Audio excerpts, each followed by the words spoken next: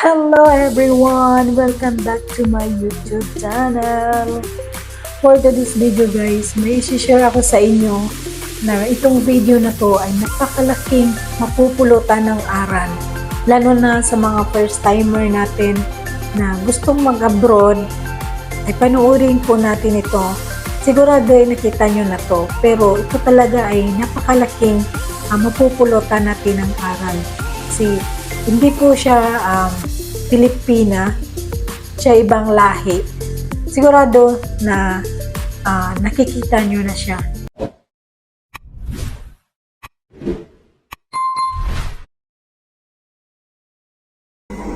Yan siya guys, diba? Tell me, why you steal this one, my money and my gold? Bakit kaya ginawa niya yun? Huh? Hindi kindiya. For what? For what? Putting what? Why you steal my gold, my daughter gold, my daughter makeup, and my money, and my phone, and my kanyang amo. cream. See, all my children gold. See? Grabe talaga yung babae. My Buti na lang yung children amo money. niya, napakahinahon, mahinahon. Oh, you have Saudi riyal also, mashallah. Inalagad agad sa From where you are getting this? Why you open my cabinet and you steal my item? Tell me. Ginawa niya. Huh? Sorry, I will not. What? I will not spill it. Sorry. You do like this now? You want to go India? You are lawyer, huh? You are telling me my granny, she's sick. You want to go there, huh? To sign property paper also. And you want to run away with my gold and with my money? Huh? And even mobile also, mashallah, mashallah. That is mine, Mama. Why you steal my money? If you need money, why you didn't tell me? Huh?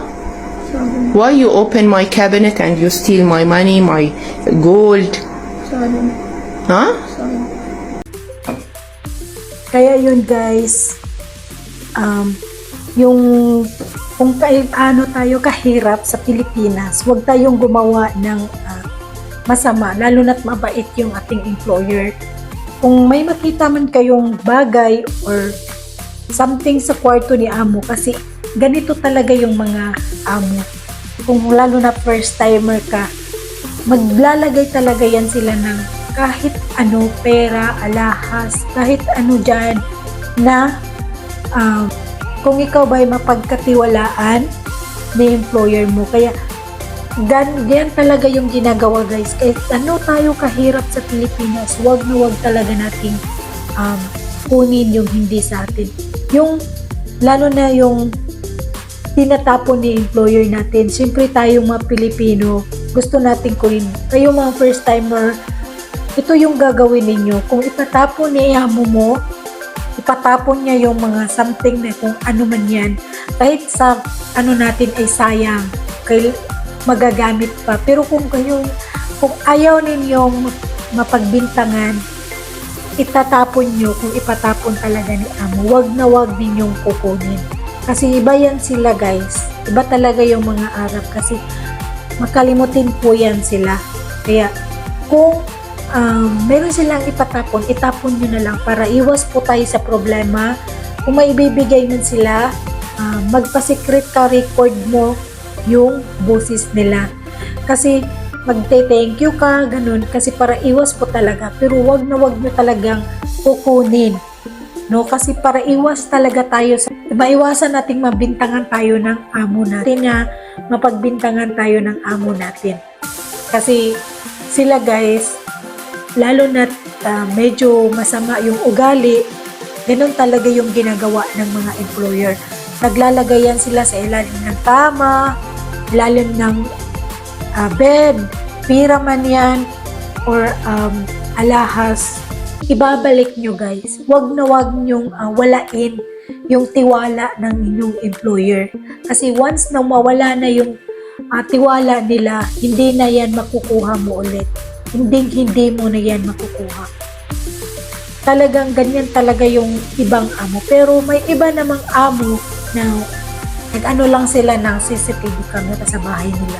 Kaya kampante sila. Pero yung iba, ayun talaga yung ginagawa. Kung ikaw ba yung katulong nila ay mapagkatiwalaan ba talaga, Kaya kayong mga first timer or gustong pumunta dito sa ibang bansa, i-advance nyo na yung isip ninyo na ganun talaga yung gagawin ng mga amo.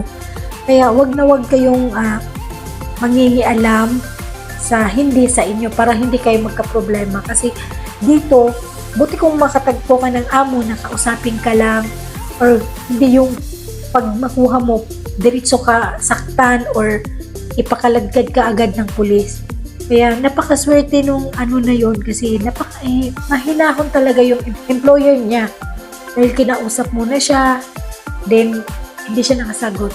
Then dami siyang alibay na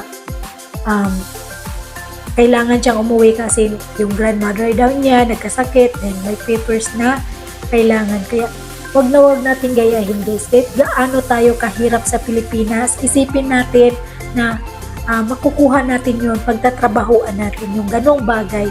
Kaya wag na wag talaga na, diba?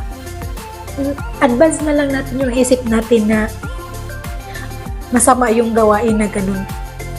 Kung makati talaga yung kamay, wag na lang kayong mag-abroad. Kasi napakaraming nilalagay nila dito guys. Marami talaga yung bagay na maaakit yung mga mata mo. Kaya isipin ninyo na pumunta tayo dito para magtrabaho.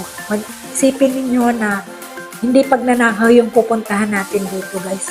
Tsaka kung mabait yung amo mo, mahalin mo sila na katulad sa pagmamahal ng pamilya mo. Kasi sinusikliin din nila yan. Hindi lahat ng mga Arab countries masamang tao guys. Kaya kung may makakita man kayo, may makita kayong bagay or isaulin nyo agad. Kunin nyo yung loob ni employer mo. Huwag kayong tawag nito, yung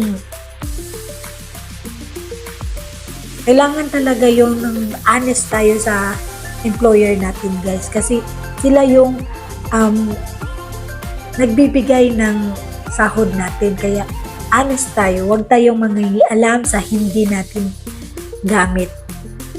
Kasi yun lang yung sa'yo, yung makasira sa'yo. Yun lang yung makasira sa'yo na kumuha ka lang ng bagay, mawala na yung tiwala. Hindi mo na talaga yan makukuha. Kaya kayong mga first timer, advance kayong mag-isip.